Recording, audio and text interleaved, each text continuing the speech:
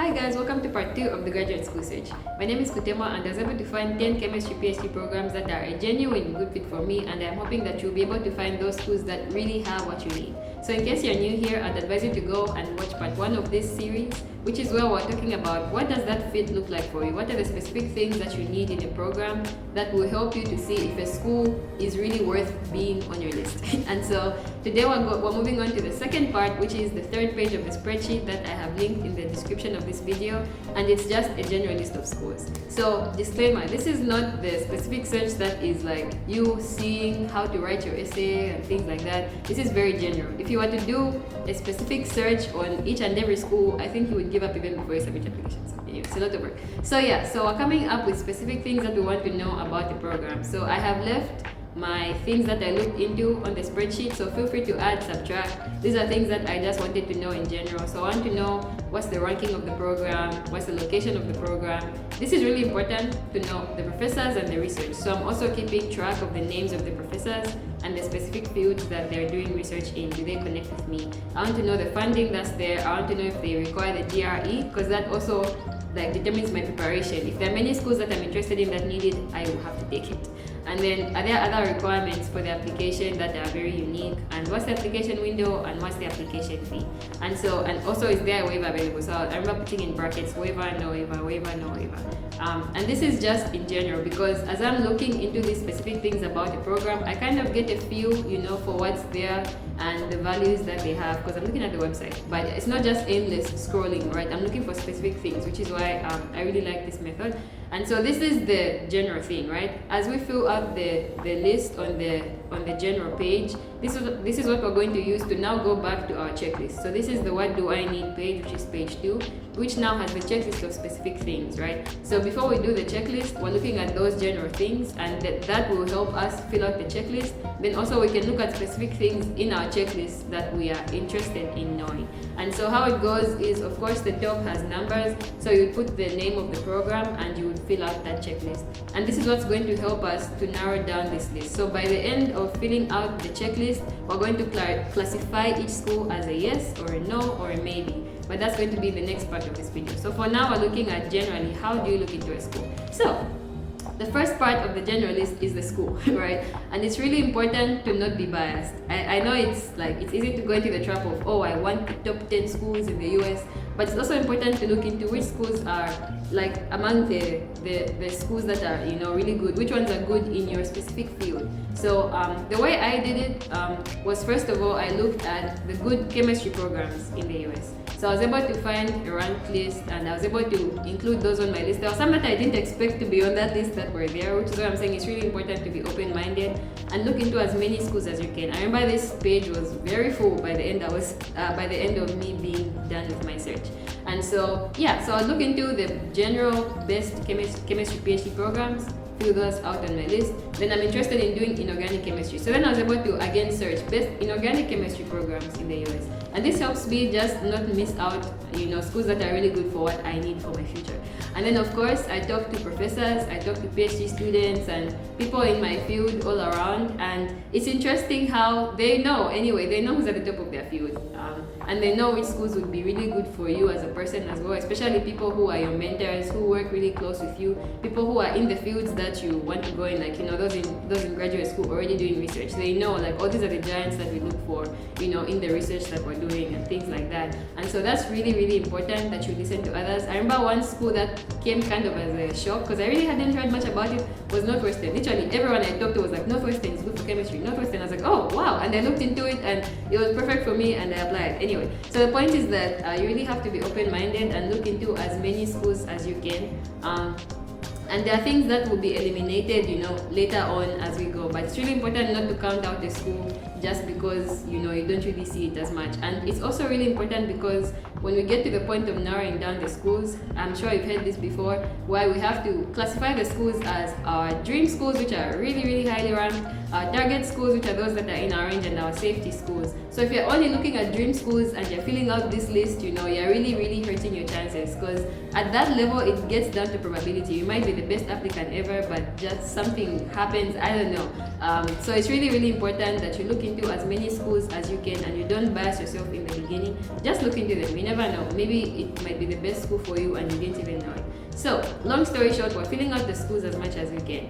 For the rankings, it's really important to be consistent in what you use for your ranking. I think US News is really good for rankings. So if you look for general, if I search, I don't know, Princeton ranking, and I look at a different website to give me a different number than this other website. So find one that you trust and stick to it and rank some. I remember some had no ranking on those websites, so I just put a dash on it. But consistency is really important as you are doing your rankings.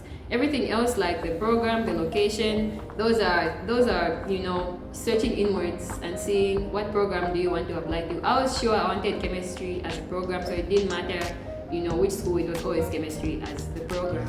But maybe you're more open because your research is found in many different fields, so that is really based on you. But as you fill out the program, the location, the funding, do they require the GRE, application requirements, application window, and the application fee, or if they have a waiver or not. And I remember under application fee I would put price and then brackets waiver or no waiver.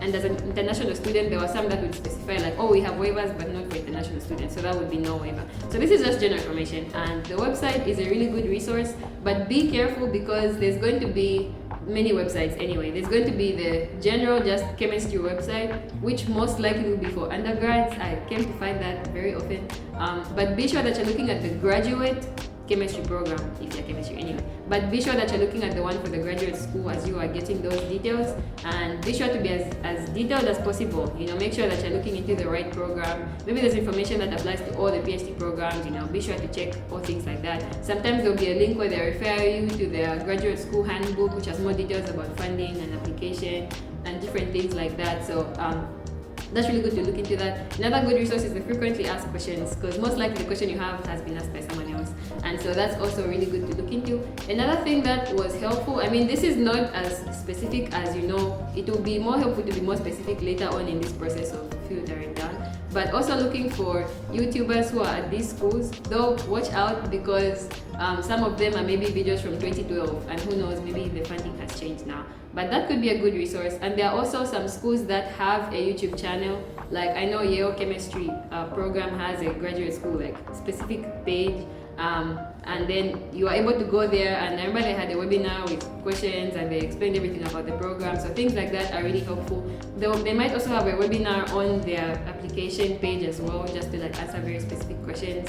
And if you get to a point where you have searched for something and you can't find it, it's also okay to email the email on the website, contact them, get information. Sometimes they'll have a question submission page as well. So yeah, use resources that you have to be sure that you look into these things, because like I said before, this is what you're going to use for the checklist, and that's what you're going to use to see if a school is a yes or a no or a maybe. So the other important thing is the professors and research topics on the general list page, and this is really important because it helps you to keep track of the names of the professors, which will be really handy later on in the process, but also you'll be able to see the specific kind of research. So for this, you have to look at the professors' websites. I think this was the most strenuous part of it, because you have to look into the website and also find the research topic and also find what they're doing currently and things like that. But it really helps to filter. So most of the pages will be able to filter out the field in addition to chemistry.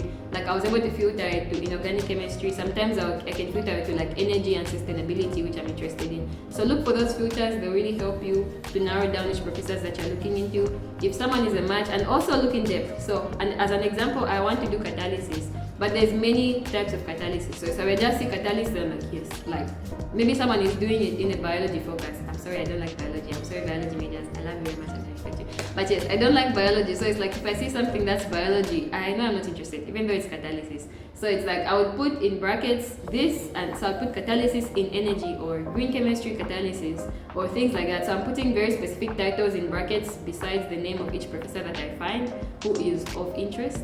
And so that would really help me keep track, so that when I go to the checklist page, I'll be able to see, do I have about 3, do I have 2, do I only have one professor who I'm interested in? And that for me was an automatic no. But anyway, people are different. So yes, so anyway, the general list is really important. So after the general list, after we've looked into as many schools as possible, and this was over a span of months. So it was just whenever I have the time, I'll look into maybe 5 schools today, 2 schools the next day. So if I see a school and I'm busy that day, I'll just add it to I would add the name of the school and like shelf it and look into the school later on when I do have time. So just be sure to keep track of the schools and look into them as much as you can. Resources like LinkedIn are also really helpful.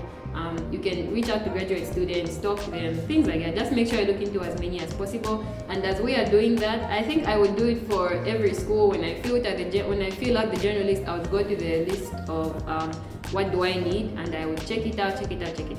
Okay. So after we filled out and we've seen like, okay, how do schools rank? And I remember being very surprised because there were some schools that I thought I would, they would be a very good fit. When I'm looking at the checklist and maybe only 2 were checked, I'm like, oh my goodness, oh wow. Anyway, so just be very detail oriented. Another part of the checklist is at the bottom where it says other points. And if you find something very unique about the program that really stands out to you, I also was keeping track of those things because that will help you when you come to the stage of now filtering out which schools are you going to apply to. So that's going to be part 3 of the graduate school search. We're going to look into classifying schools as a yes or a no or a maybe. We're going to see which schools actually qualify, and then we're going to filter out how many are we going to apply to. So be sure to subscribe and keep track of the videos. Thank you so much for watching. Be sure to share this also with those who are interested in graduate school. And yeah, I will see you in the next video.